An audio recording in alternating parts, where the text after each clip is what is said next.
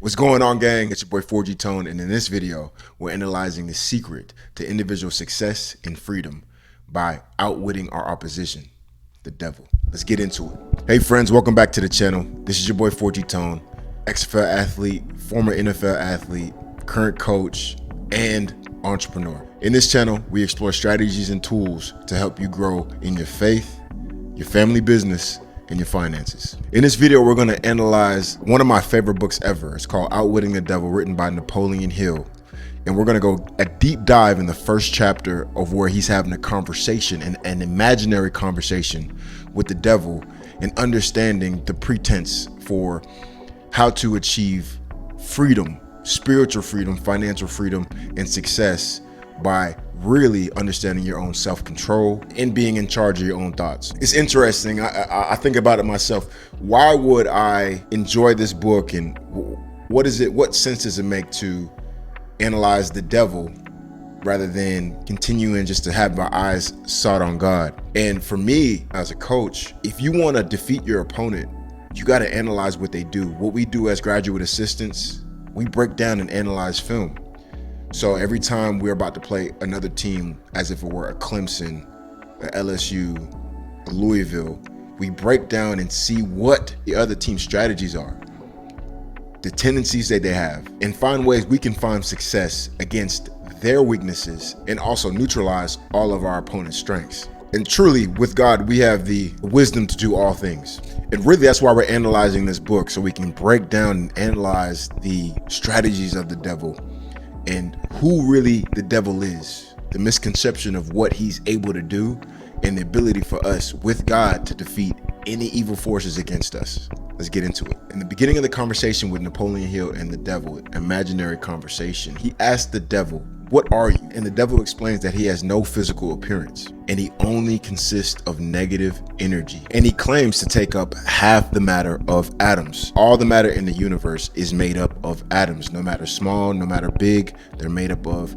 atoms. Devil answers to his questions that he utilizes 6 fears: the fear of positivity, the fear of criticism, ill health, loss of love, old age, and death. His main opponent, though, is God. He explains in the conversation that my opponent controls all the positive forces in the world, such as love, faith, hope, and optimism.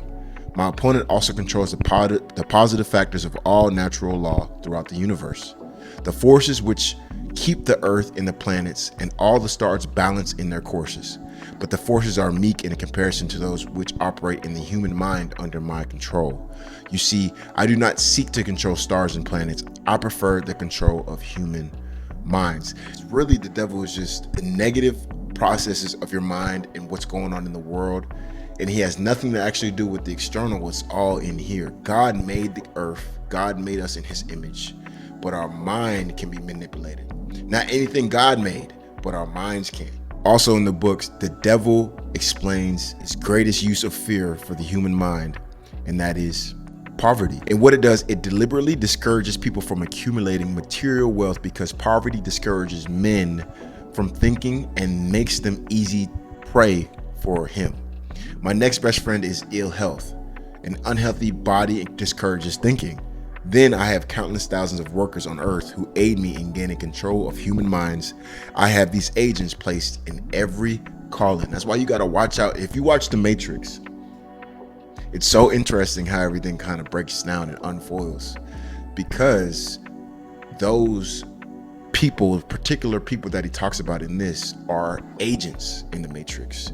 The ones who kind of follow along and allow people to go into groupthink and doing things that are under somebody else's control, to where we're just batteries for a whole other system and operations for a higher ups that want to really control the world and what's going on. This is getting a little deep.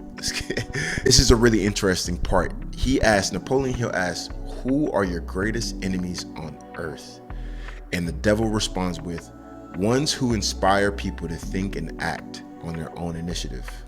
Okay, that is my job. That's what I want to do. I want you guys to freely think amongst yourselves and not get into mass fear. That's what the devil eats upon, loves, is instilling fear into the human mind, which we have no business being around. That is the devil's business, is to be in charge of that negative reaction, that negative idea of who we are as humans and what our purpose is on this earth. The biggest element that the devil really uses is mass fear, really a mass feeling of negative emotions, negative thoughts, negative ideologies. And then he says this as well in the mass fear. He says, I prefer the type of person who makes no pretense of thinking. I can manipulate the sort of person without difficulty. I cannot control 98% of the people of the world if all people were skilled in thinking for themselves. These are the main takeaways for these points that are within this chapter of Outwitting the Devil. Understanding our opponent, what he uses to really try to break us down so that we don't embody the will of God, have God within our spirit, allow us to fight the evil forces that come upon us so that we can conquer and be God's warriors and head into victory, success, and also spiritually feel fulfilled, feel like of this life we're engaging in our purpose and going towards our goals that God has ordained for us. This chapter in specific is understanding what the self-awareness is. The devil can't even harm you, but you can harm yourself within your own mind. That is what the devil manipulates the most. Another part is being able to have self-control. The devil feeds on your emotions. And what I want you to do when we actually analyze this is what gets you highly emotional. What things do you consume that raise your emotions and have you start thinking primarily negative thoughts? Because emotions can work on both sides. But what emotionally do you watch, do you consume, do you listen, do you see that riles up negative emotions? Things that may harm people, things that may have negative thoughts towards other people or yourself, fear. Lastly, are you able to use your critical thinking skills? Now, how can you critically think, right? How do you know what is right and wrong? How do you know if there's a fundamental baseline of, okay, this is what I'm hearing, but is this actually true? What's the difference between the truth and understanding a lie? Critical thinking, right? Is this right for me? Is this right for society?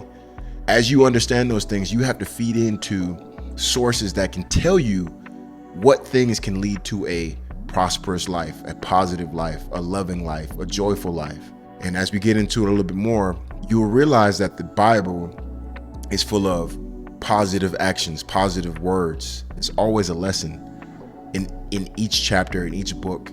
And if I were to recommend a book to read, especially an understanding positive actions and positive ways of going about life and living life to you where you can fulfill your potential, to fulfill your insight, to fulfill your love, to fulfill your joy, and to really serve God. And that's going to be the book of Proverbs, right? A lot of that is going to give you a really good insight on the truthful way to live, the truthful way to go about this life and to defeat evil forces as well. You can also read Ephesians, but that's in the New Testament. I'll give you an Old Testament and a New Testament version. Proverbs, Old, Ephesians, New. It gets you sparked up, gets you fired up a little bit. So I hope that you like this video. I hope that it provided value. And I hope that as we continue to read this book and go through these chapters, we understand how we can really take on the devil and defeat him as God's warriors, right? Everything that we do is for God, for grace, for gratitude, for good. And as we go out and continue our lives and our journeys, there's got to be a way that we can tap into understanding what freedom is and success is. And the great thing is that God gives you the choice. But as you choose God, as you choose life, as you choose positivity, you'll see how your life changes. My life changed when I fulfilled my life with more positive thoughts, when I fulfilled my life with more of gratitude. And I went from being totally depressed to becoming a Super Bowl champion. And things in my life are going to be different from yours, but I can tell you our stories could be very similar for where you are now to what you can achieve later in life if you just change a few aspects of how you think and really take away all negative throughout everything. Understand that negative is there, but if anything can happen to you, it is all something that can be used for the greater good. Love, peace, and healing to you. And I appreciate you tuning into this video. Like and subscribe to the channel. This is the 4G Gang, 4G Network. Love and peace and healing to you. God bless. I'm keeping it flowing like water. I know that I'm waving the hardest. I'm like the currency charges from all this fire been causing. Counting that money, I'm swimming with dolphins. I was swimming too fast and I lost them. Fishing deep in the sea and I lost them. They said fishing was lame, so I sauced it. Bigger waves, no flow. bigger goals, no goal. I'm controlling the way like Moses, and a flood on the way like Noah. And with God on my side, I'm the coldest, so I'm freezing over Nova Scotia.